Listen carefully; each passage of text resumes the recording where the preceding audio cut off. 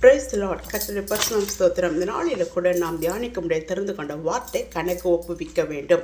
கணக்கு கேட்கும் கர்த்தர். நாம் ஒவ்வொருவரும் நிச்சயமாக நியாய தீர்ப்பு நாளிலே கணக்கு ஒப்புவிக்க வேண்டும்.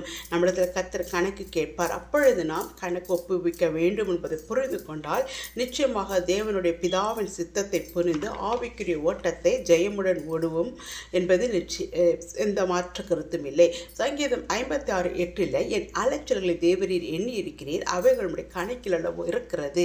நம் கர்த்தருடைய சமூகத்தில் ஊற்றுகிற கண்ணீருக்கும் கர்த்தருடைய சமூகத்தில் ஊற்றுகிற ஒவ்வொரு விண்ணப்பத்திற்கும் கணக்கு உண்டு என்று இந்த நாளில் தெளிவுறுத்துகிறார். இரண்டாவதாக நம் நேரத்தை எப்படி செலவழிக்கிறோம், நம்முடைய நேரத்தை அவருடைய சமூகத்தில் செலவழிக்கிறோமா என்றே அவர் கணக்கில் வைத்திருக்கிறார். ரோமர் 14:11-12 அறிக்கை பண்ணுவதில் நம் நேரத்தை செலவழிக்கிறோமா, சாட்சியுள்ள வாழ்க்கை வாழ்கிறோமா, எத்தனை ஆத்துமக்களை ஆதாயம் பண்ணி வைத்திருக்கிறோம் என்று அவர் கணக்கில் வைத்திருக்கிறார்.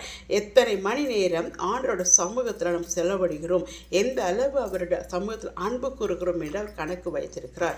மூன்றாவதாக ஆத்துமாக்களை குறித்த கணக்கு நாம் ஒப்புவிக்க வேண்டும் என்று எபிரேயர் 13:17 கூறப்பட்டிருக்கிறது. எபிரேயர் 13 எத்தனை ஆத்துமாக்களை நாம் கர்த்தருக்கு வழியிலே நடத்தி சென்றிருக்கிறோம் என்பதை நாம் அறிந்திருக்கிறோம். நான்காவதாக வீணான வார்த்தைகளுக்கு கணக்கு கொடுக்க வேண்டும். மனுஷர் பேசும் வீணான வார்த்தைகளுக்கு நியாய தீர்ப்பு நாளிலே கணக்கு ஒப்புவிக்க வேண்டும் என்று மத்தேயு 12:16 கூறப்பட்டிருக்கிறது. தேவையில்லாமல் பேசுகிறோமா, இல்லை மற்றவர்களுக்கு அபாண்டமாக பேசுகிறோமோ, புறங்கூறுகிறோமோ, பொய் பேசுகிறோமா, வஞ்சகமாக பேசுகிறோமா என்று நாம் சிந்திக்க கடமைப்பட்டிருக்கிறோம். நாலாவதாக தாளந்தை குறித்து நமக்கு கணக்கு கொடுக்கப்பட்டிருக்க வேண்டும். மத்தேயு 25:15-19 வாசிக்கும் பொழுது திறமைக்கு தக்கதாக தாளந்து கொடுக்கப்பட்டிருக்கிறது. அதை குறித்து நாம் ஆண்டவர் கணக்கு கேட்கிறவர்களாக இருக்கிறோம். ஆம் பிரியமானவர்களே, தேவனை பின்பற்றுகிற நம்மிடம் நிறைய தாளந்து கொடுக்கப்பட்டிருக்கிறது. பாடுகிற தாளந்து, ஜெபிக்கிற தாளந்து, வேதத்தை வாசிக்கிற தாளந்து, பிறருக்கு சத்தியத்தை அறிவிக்கிற தாளந்து, இன்னுமாய் நம்ம ஆத்துமாக்களை கர்த்தருக்குள் செலுத்தக்கூடிய கர்த்தருக்கு வழிநடத்தக்கூடிய தாளந்து கொடுக்கப்பட்டிருக்கிறது.